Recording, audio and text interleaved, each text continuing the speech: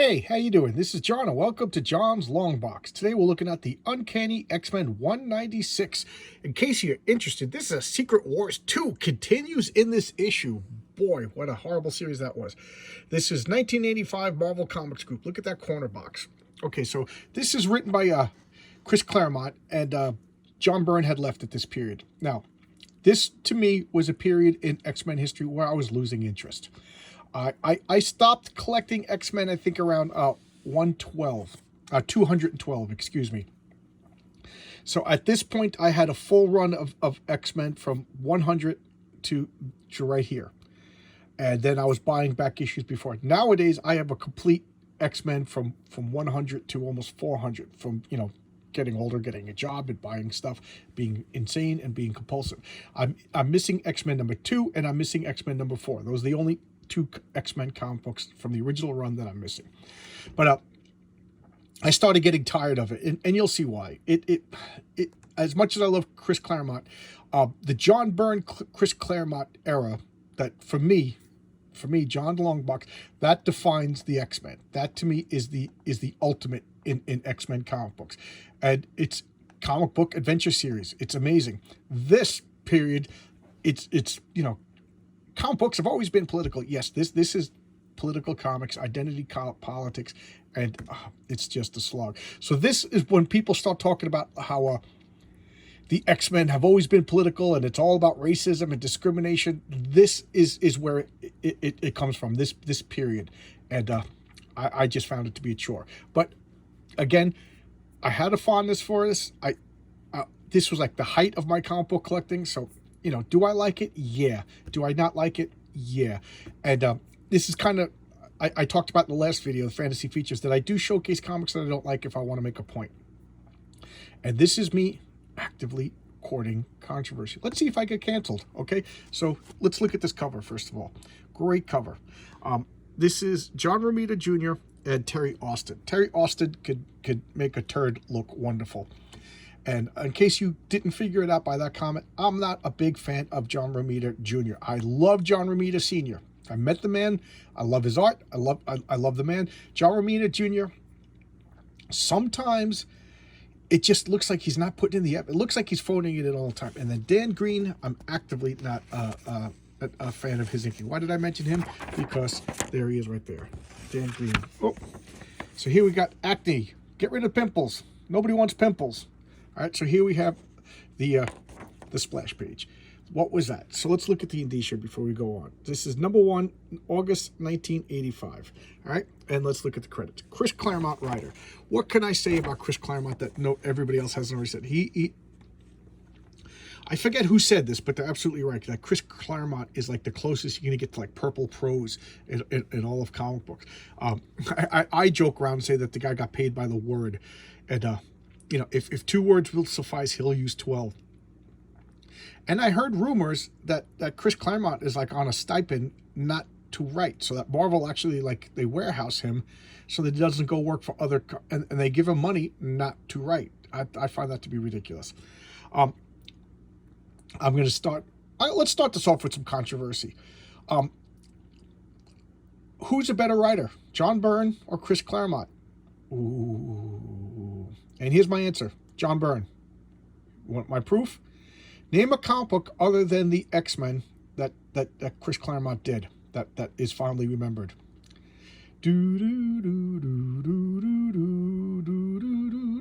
Nope, you can't. His Generation X run was terrible. His Fantastic Four run was forgettable, and other than that, I can't think of him doing anything other than the X-Men. So John Byrne, what did John Byrne do? He did the Fantastic Four. Excellent. He co-plotted the X-Men. Excellent. Alpha Flight. Excellent. Next Men. Excellent. Submariner. Excellent. Need I go on? Doom Patrol kind of stunk. But there you go. So I will say that John Byrne was the better writer. Why? Because I have more fond memories of him, and he did more varied characters than Chris Clairmont. And John Byrne never wallowed in identity politics. All right, so what was that? So this is Charles Xavier, looking like a Q-tip over here. He's looking like the Observer from Fringe. Does anybody still remember Fringe?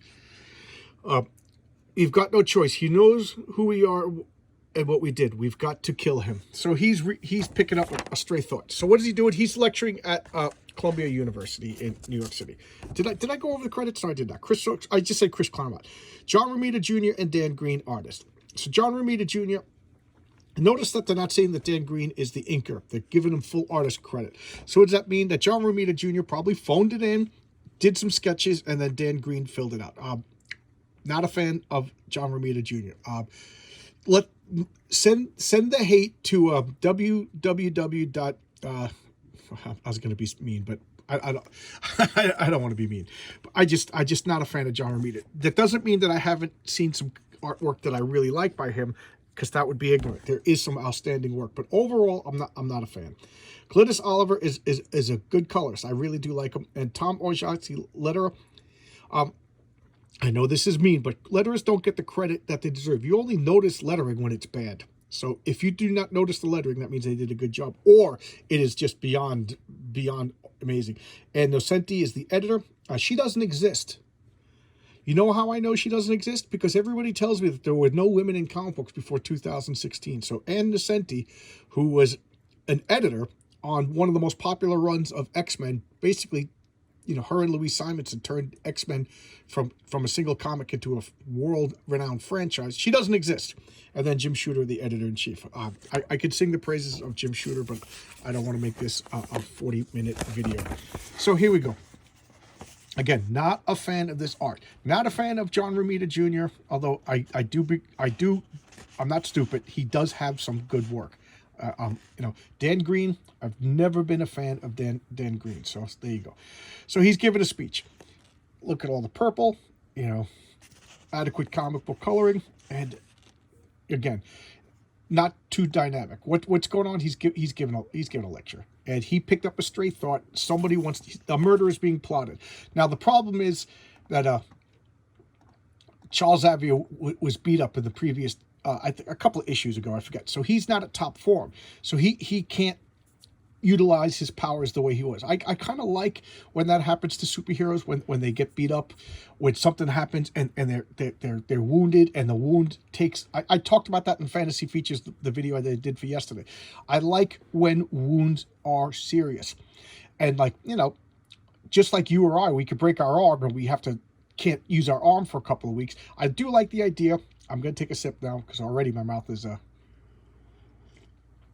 drying out. I do like the idea that if you have superpowers, your superpowers can get taxed and wounded, and you have to pamper them and rest up. So I kind of like that.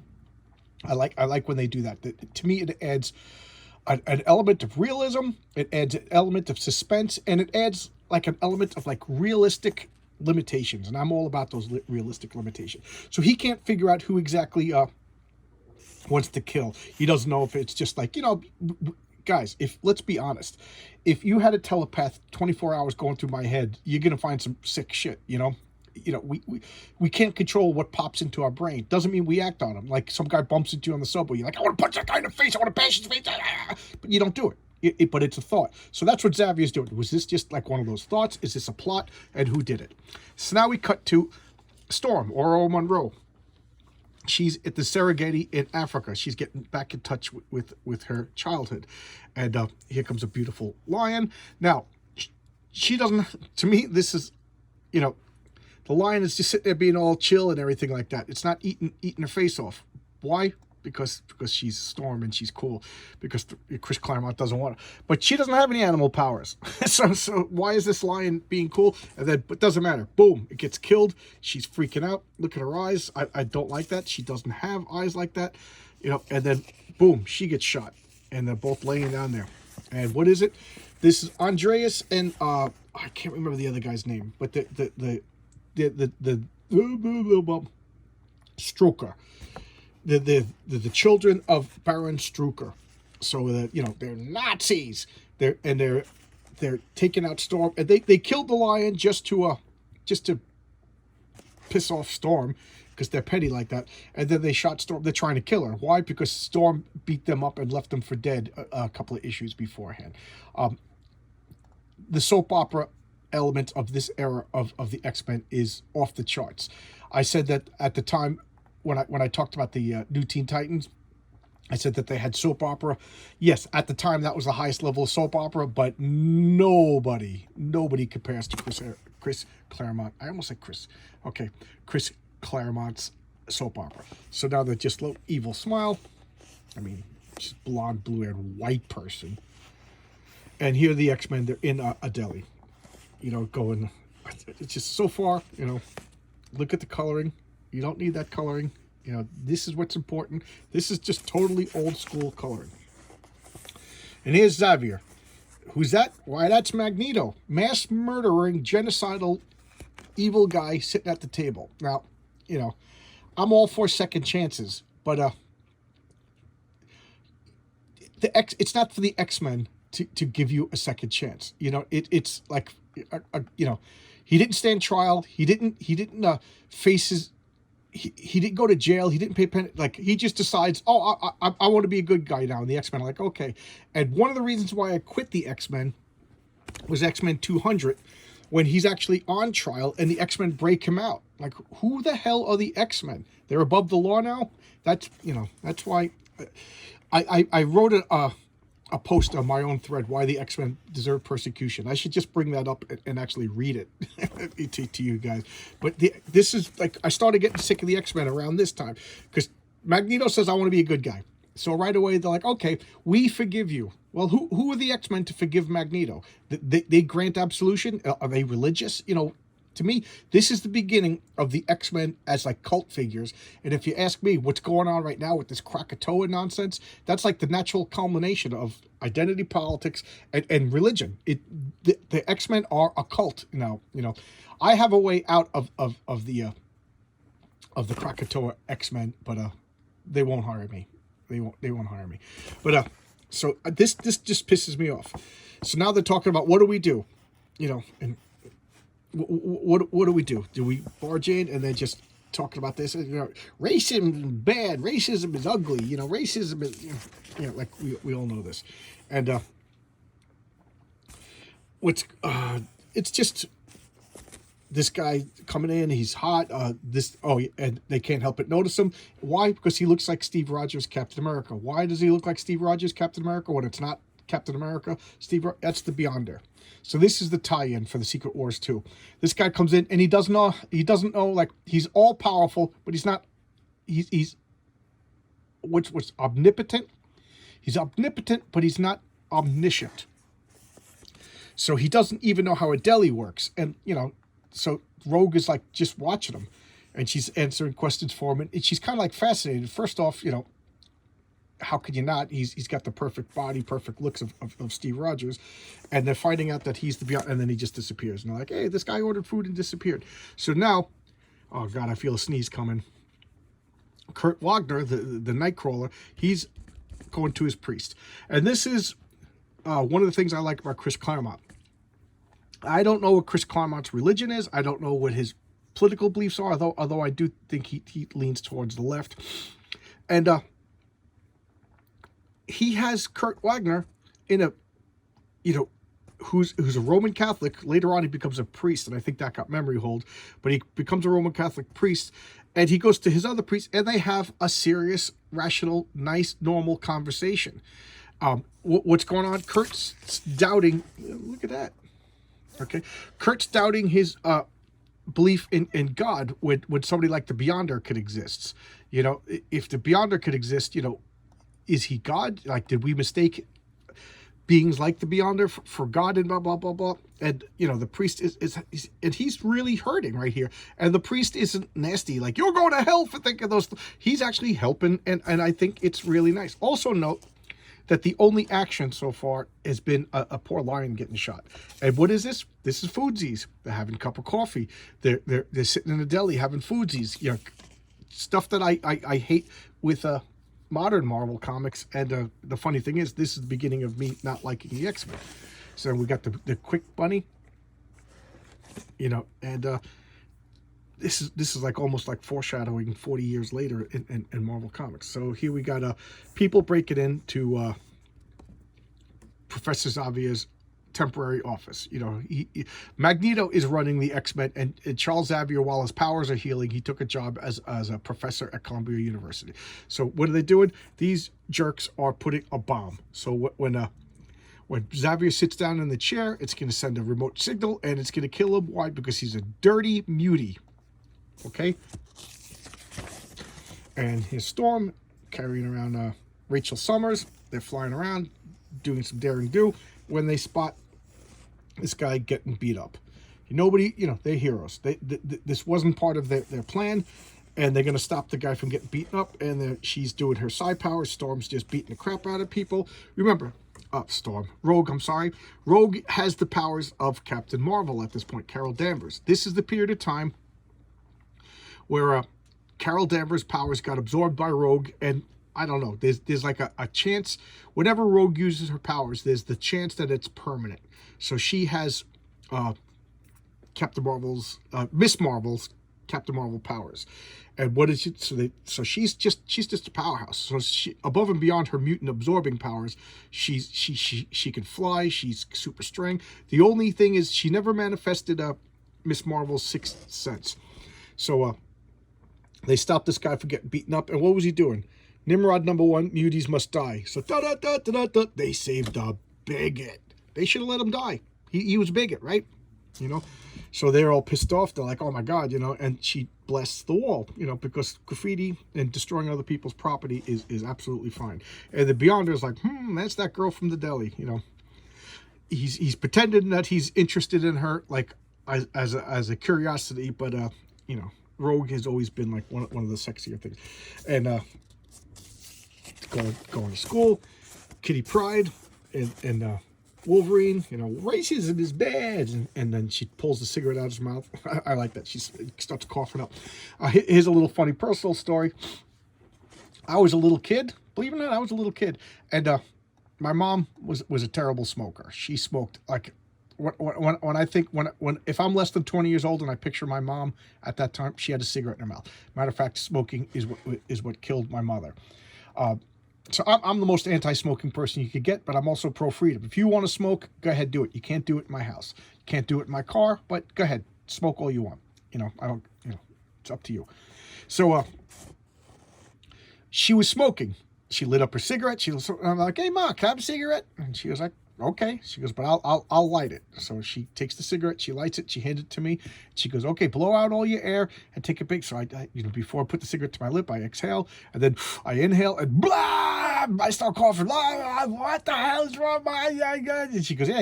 And I never touched a cigarette since. I think that was 4th grade. You know, and that's the way my mom was. She's just like, okay.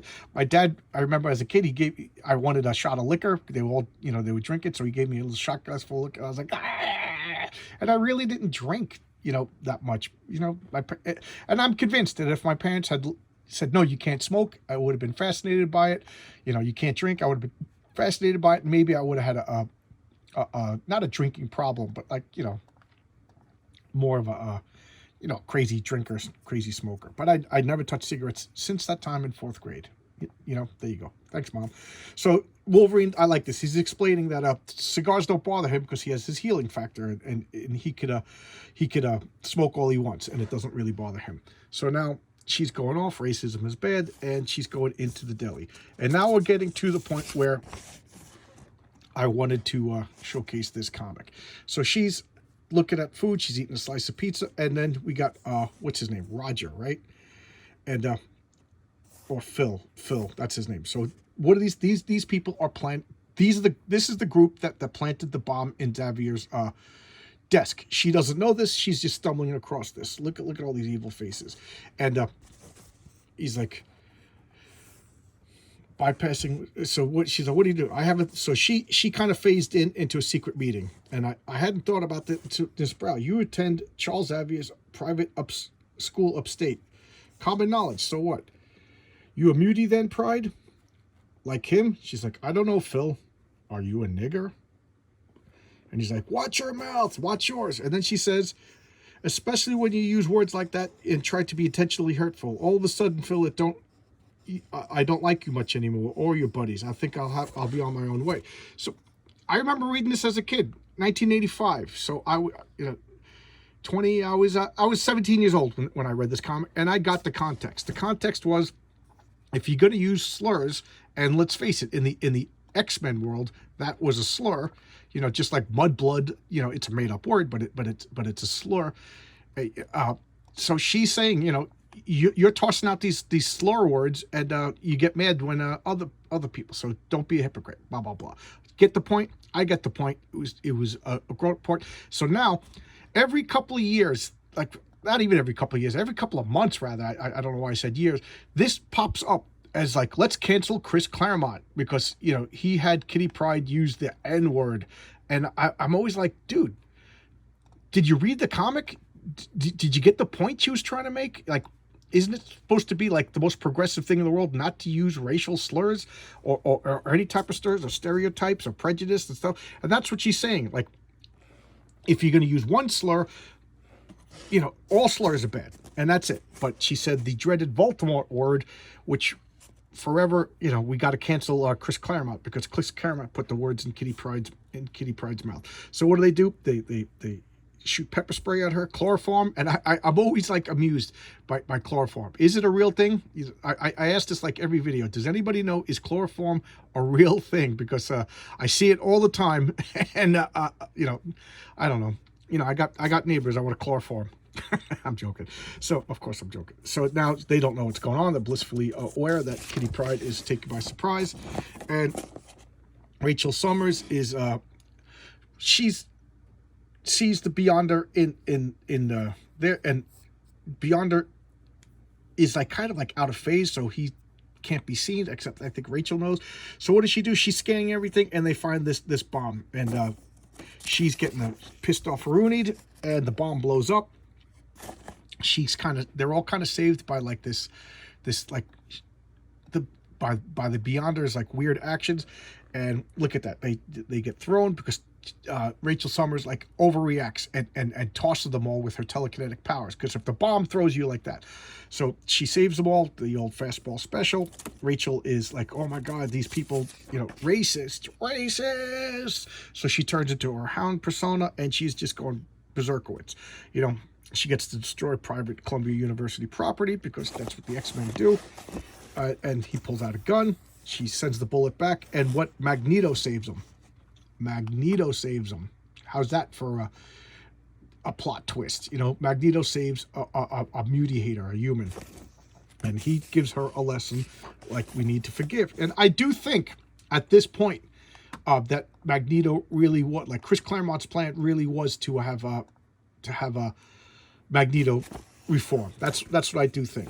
And correct me if I'm wrong, and I'm probably wrong. I don't think it was until after Chris Claremont left that Magneto became a bad guy again. So I do think it was Claremont's intentions to have Magnus, as he was known back then, be a good guy. And he lectures her about forgiveness, and we're not a judge, jury, and executioner, and blah blah blah.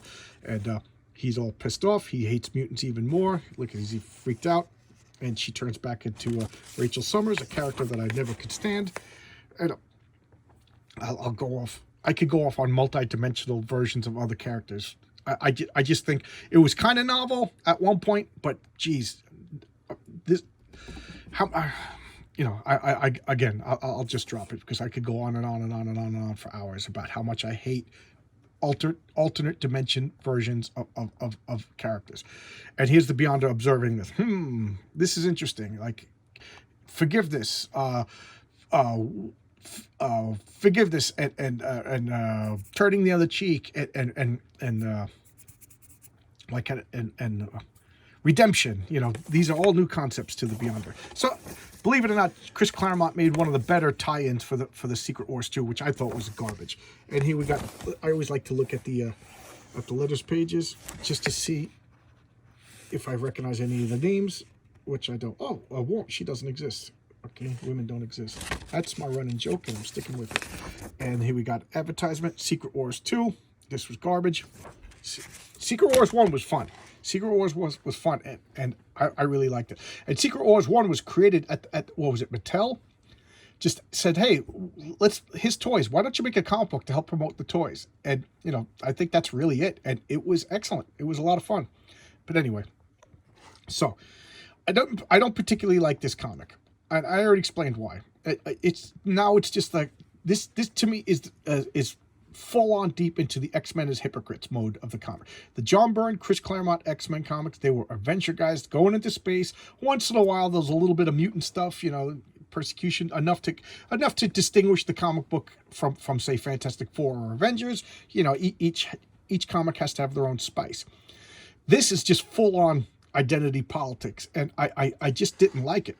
I have no problem with like people being prejudiced against the mutants. It adds a nice flavor, but it just dominated it, and it became preachy.